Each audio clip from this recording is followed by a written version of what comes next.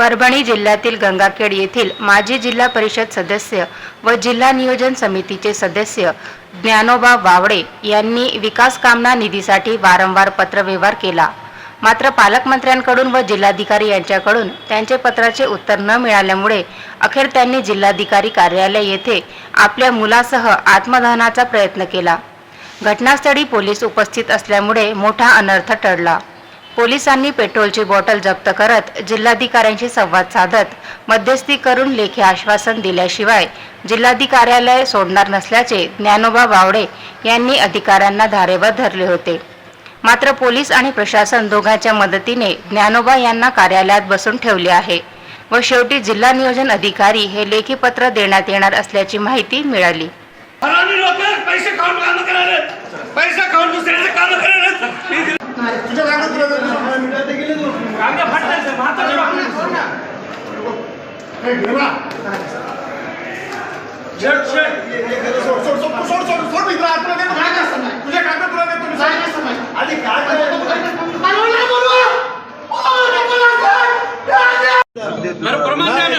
जरी 10 कोटी 50 लाखाची कामं देऊ नये. रात्राचा दिवस करतोय. आईची गाई गर्भाकर असताना वयाच्या 11 वर्षी ग्रामपंचायत सदस्य आहे. राजकारणाची खुर्ची माझी जन्माची ओळख आहे. एका हराम करला 15-15 वर्ष गुलाला लागला नाही. 35 वर्ष गुलाला लागलेला कार्यकर्ता बारीक असं केली की बाबा आपण सगळ्या सन्मान्य सदस्यांना फंड देणार आहात विकास निधी, मला का देता येत नाही का मी मागासवर्गीय दलित आहे म्हणून माझ्या पाठीमागे कोणीच नाही म्हणून फंड देत नाहीत, विकास निधी देत नाहीत. ही कुठली हुकुमशाही? माननीय कलेक्टर साहेब जिल्हा नियोजन समितीचे पदसिद्ध सदस्य आहेत. जिल्ह्याचा मायबाप कान डोळा नाक एवढ्या मोठ्या पदावर कलेक्टर साहेब असतात. कलेक्टर साहेबांनी म्हणावं की तुम्ही आमदारकडे जा, मंत्र्याकडे जा, ही कुठली पद्धत आहे?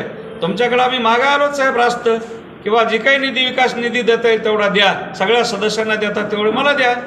पण कोणीच बरोबर उत्तर देत नाही, कोणी मानपान देत नाही. हे माझा अपमान आहे. एवढ्या मोठ्या पदावर घेतलंय हे माझा अपमान आहे. जाणबुजून प्रशासन माझा अपमान करतंय. मी का देत नाही लोकांना कळत नाही. मी तर हातपाय जोडून सगळ्यासोबत इमानीतबारी राहतोय आणि माझ्या मनात एखादं काम प्रस्तावित होत नाही विकास निधी तुमच्याच घरी का? पक्ष म्हणजे पक्षच का? सर्वसामान्य कार्यकर्ते आहेत, वेगवेगळ्या पक्षाचे बारीक बारीक कार्यकर्ते आहेत. त्यानं कलेक्टरनं रावकून घेऊन काही देऊ नाही का? कोण्याच कार्यकर्त्याला दिले नाहीत. वन मॅन शो असं कुठं राज्य आतापर्यंत बघितलं नाही. तारखेला आहे का 12 तारखेला अर्ज दिला मी, सर मला माहिती द्या. माहिती तर दिलीच नाही.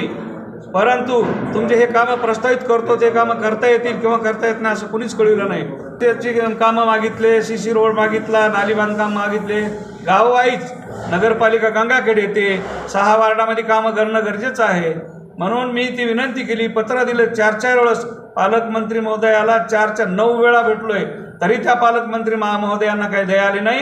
राजेशदादा विटेकरकडे जा म्हणते. बाबा राजेशदादा विटेकर आमदार आहेत तालुक्याचे, मान्य आहे, परंतु नेमकं फंड कोण वाटणार आहे, कोणाला फंड देणार आहेत, कोणा सदस्याला देणार आहे पाहिजे माझं.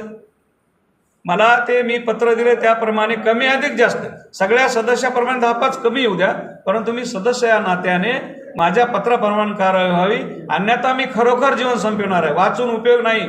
हजारो लोकांना 35 वर्ष निवडून दिले, मला 25 वर्षे ग्रामपंचायत 35 वर्षे. काय वाटत असेल लोकांना? मी काम करतोय म्हणून लोक माझ्याकडे येतात. ठळक घडामोडींसाठी देशोन्नती न्यूज चॅनलला सबस्क्राईब करा आणि बेल आयकॉन प्रेस करा. मुंबई, पुणे, नागपूर, मराठवाडा असो का विदर्भ, राजकीय, सामाजिक, शैक्षणिक क्षेत्र असो का क्रीडा, सर्वच घडामोडीचे विश्लेषण पाहायला विसरू नका. फक्त देशोन्नती न्यूजवर.